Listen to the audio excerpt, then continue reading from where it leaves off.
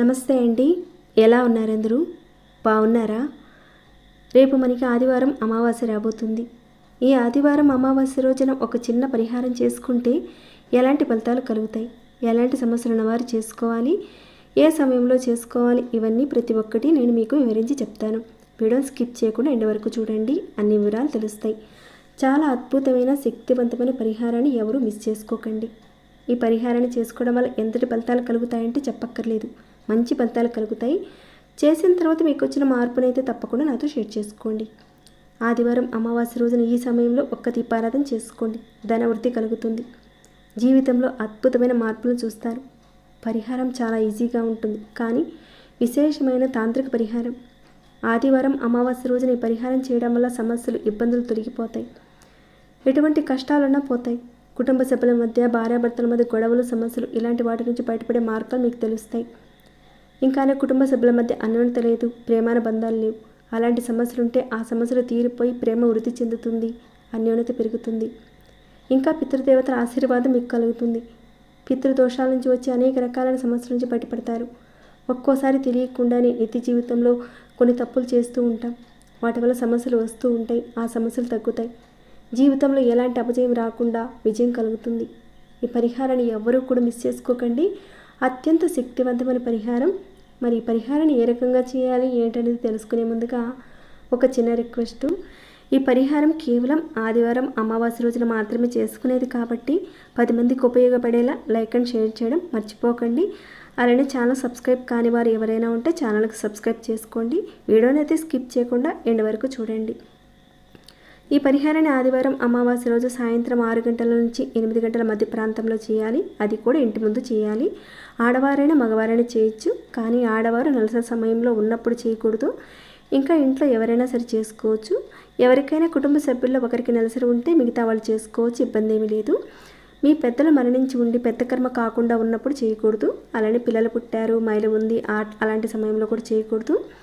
ఇంకా ఇంట్లో పెద్ద మనిషి అయి ఉన్నారు, ఆ సమయంలో కూడా చేయకూడదు. ఇక మిగతా వారు ఎవరైనా చేసుకోవచ్చు. ఇక పరిహారానికి కావాల్సిన పదార్థాలు ఏంటో చూద్దాము. పరిహారానికి ఆవు నెయ్యి అవసరం ఉంటుంది. అలానే ఆవాల నూనె కానీ, నువ్వుల నూనె కానీ అవసరం పడుతుంది. ఇంకా ఒక 4 తెల్లటి ఒత్తులు కావాలి. ఒక 2 ప్రమిదలు కావాలి. యాలక్కాయ, లవంగం, మినప్పప్పు అవసరం ఉంటుంది. ఈ పరిహారానికి వీటన్నిటిని కూడా సిద్ధం చేసుకొని పరిహారాన్ని మొదలు పెట్టాలి. అమావాస్య రోజు సాయంత్రం ఎవరైనా పూజ చేసుకుంటారు. ప్రతి ఒక్కరు పూజ చేసుకునే ప్రదేశంలో మీ దేవుడి మందిరంలో మీరు నిత్య దీపారాధన కుందులు పెట్టుకుని దీపారాధన చేసుకునే సమయంలోనే ఈ పరిహారాన్ని చేయాలి. మీరు దేవుడి ముందు వెలిగించాల్సి ఉంటుంది. ఇక్కడ 6 గంటల నుంచి 8 గంటల మధ్య ప్రాంతంలో మీరు ఒక మట్టి ప్రమిది కానీ, లేదా వెండి కుంది కానీ, ఇత్తడి కుంది కానీ, రాగి కుంది కానీ, వీటిలో నుంచి ఒకే ఒక కుంది తీసుకోండి. దానిలో కొద్దిగా ఆవు నెయ్యి వేసి 2 తెల్లటి ఒత్తులు, అంటే 2 ఒత్తులు కలిపి ఒక ఒత్తి కాదు, ఒక్కొక్క ఒత్తి చొప్పున విడివిడిగా ఇక్కడ చూపించిన విధంగా పెట్టండి. చాలామంది అడుగుతున్నారు, మీరు చెప్పిన పరిహారాన్ని అదే రోజున చేయాలా, లేక ఖచ్చితంగా అలానే చేయాలా, రేపు చేసుకోవచ్చు కదండి, ఎల్లుండి చేసుకోవచ్చు కదా అని అడుగుతున్నారు. అలానే ఇంకొంతమంది చేస్తే ఏమవుతుంది అని ఇలా అడిగిన వారు కూడా ఉన్నారు. నేను చెప్పేది ఏంటంటే, కొన్ని పరిహారాల విషయాల్లో ఎలా పడితే అలా చేయకూడదండి. చెప్పిన విధంగా కరెక్ట్గా ఫాలో అవ్వాలి. తాంత్రిక పరిహారాలంటే సమయము, పదార్థంలో విశేషమైన శక్తి అనేది ఉంటుంది. ఆ సమయంలో మనం చేస్తే మంచి ఫలితాలు పొందుతాం. కానీ చేయవలసిన సమయంలో కాకుండా వేరే సమయంలో చేస్తే దాని నుంచి ఎఫెక్ట్ అనేది మన మీద పడుతుంది. నిజంగా అవుతుందా అని కొందరు అంటారు. ఖచ్చితంగా ఉంటుంది ఇక్కడ. కాబట్టి పరిహారాన్ని చేసేటప్పుడు ఎలాంటి సమస్యలు ఉన్నవారు చేసుకోవాలి, ఏ సమయంలో చేసుకోవాలి, ఏ పదార్థాలు వాడాలి, అలానే ఒకదాని తర్వాత ఒకటి ఏ రకంగా చేయాలనేది కాస్త గమనించి చేసుకోండి.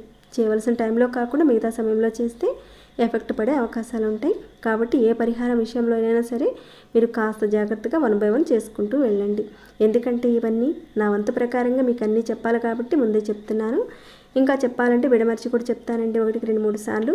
కొంతమంది అంటారు 1 minute చెప్పొచ్చు కదా అంటారు. ఇవి తాంత్రిక పరిహారాలండి, కాబట్టి ప్రతి ఒక్కరికి అర్థమయ్యేలా చెప్పాలి. ప్రతి ఒక్కరూ కరెక్ట్గా చేసుకోవాలి. అందుకే ఇంత విడమర్చి చెప్తున్నాను. పూజల విషయంలో అనుకోండి, అటు ఇటు ఎలా చేసినా పర్వాలేదు. కానీ పరిహారాల విషయాల్లో పదార్థాలు, సమయము మరియు మన శక్తి ఇవన్నీ కూడా తోడైతే మనం చేసే పరిహారానికి ఇక తిరుగుండదని చెప్పుకోవచ్చు. అద్భుతమైన ఫలితాలు ఉంటాయి. ఆ రకంగా మీరు ప్రమిదలో ఆవు నెయ్యిని వేసుకొని 2 ఒత్తులు వేసుకొని తర్వాత దాంట్లో ఒక పువ్వు ఉన్న లవంగాన్ని వేయండి. తర్వాత ఒక యాలకును కూడా వేయండి. తర్వాత వెలిగించాలి. ఎక్కడైతే పూజ చేసుకుంటారో అక్కడే దీపారాధన చేయాలి. ఇదంతా 6 గంటల నుంచి 8 గంటల లోపుగా చేయాలి. ఆ రకంగా చేసిన తర్వాత గుమ్మం దగ్గర చేయవలసిన మరొక పని ఉంది.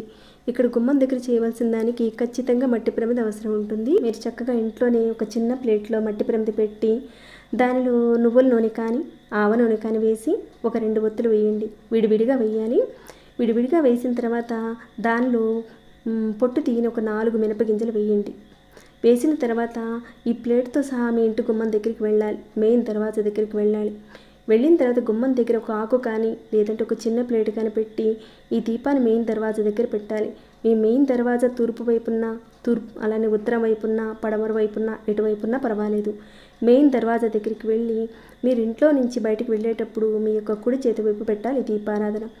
అలా వెలిగించేసి ఇంట్లోకి వచ్చేయడమే. ఇక అక్కడ కూర్చొని మీరు ఏది చేయనవసరం లేదు. ఒక దీపారాధన చేసుకొని నమస్కారం చేసుకొని ఇంట్లోకి వచ్చేయాలి. ఇక్కడ మీరు చూస్తే దీపారాధన చేసి మీకు చూపించటం లేదు ఇక్కడ నేను, ఎందుకంటే ఆదివారం అమావాస్య రోజున మాత్రమే చేసుకునే పరిహారం ఇదంతా. కానీ నేను చూపించే రోజు ఆదివారం అమావాస్య రోజు కాదు కాబట్టి నేను మామూలుగా ఇలా చేసి చూపిస్తున్నాను, మీకు అర్థమవుతుందని. మళ్ళీ మీరు అడుగుతారేమో, అందుకనే నేను చెప్తున్నాను. ఇది చాలా శక్తివంతమైన పరిహారం, చేసి చూడండి. పితృదేవతల నుంచి వచ్చే సమస్యల నుంచి బయటపడతారు, అన్నీ తగ్గుతాయి, జీవితంలో మార్పులు ఉంటాయి. దీనిని మీరు ఆదివారం అమావాస్య రోజున సాయంత్రం 6 నుంచి 8 గంటల మధ్య ప్రాంతంలో చేయాలి. దేవుడి ముందు దీపారాధన 6 గంటల నుంచి 8 గంటల మధ్య ప్రాంతంలో చేయాలి. అలానే ఇంటి గుమ్మం దగ్గర వెలిగించే దీపారాధన కూడా 6 నుంచి 8 గంటల మధ్య కాలంలోనే చేయాలి. అంటే ఇవి రెండూ కూడా ఒకే సమయంలో చేయాలి. ఈ పరిహారాన్ని అయితే వేరే ఆదివారం రోజుల్లో చేయకండి, కేవలం ఆదివారం అమావాస్య రోజున మాత్రమే చేయాలి. ఆ రకంగా చేసిన తర్వాత ఇక తర్వాత రోజున సోమవారం రోజున గుమ్మం దగ్గర పెట్టిన ఆ మట్టి ప్రమిదతో సహా అంతా కూడా తీసేసి ఎవరూ తొక్కని ఒక ప్రదేశంలో వేయండి. ఇక ఇంట్లో దగ్గర అంటే ఇంట్లో దేవుడి దగ్గర వెలిగించిన ఆ దీపారాధన కుందిలో ఉన్న ఆ యాలకుని లవంగాన్ని కూడా వేసేయండి. మీ అందరికీ అర్థమయ్యేలా చెప్పాను అనుకుంటున్నానండి. చెప్పిన విషయాలు కాకుండా ఇంకేమైనా డౌట్స్ వస్తే తప్పకుండా అడగండి, రిప్లై ఇస్తాను. వెళ్ళేటప్పుడు ఒక లైక్ ఇచ్చేసి వెళ్ళండి. వీలైతే 10 మందికి షేర్ చేయండి. సబ్స్క్రైబ్ కానివారు సబ్స్క్రైబ్ చేసుకోండి. ఇక వీడియోని అయితే ఇంతటితో ముగిస్తున్నాను. మరొక భక్తి వీడియోలో మళ్ళీ మిమ్మల్ని కలుసుకుంటాను. ధన్యవాదములు.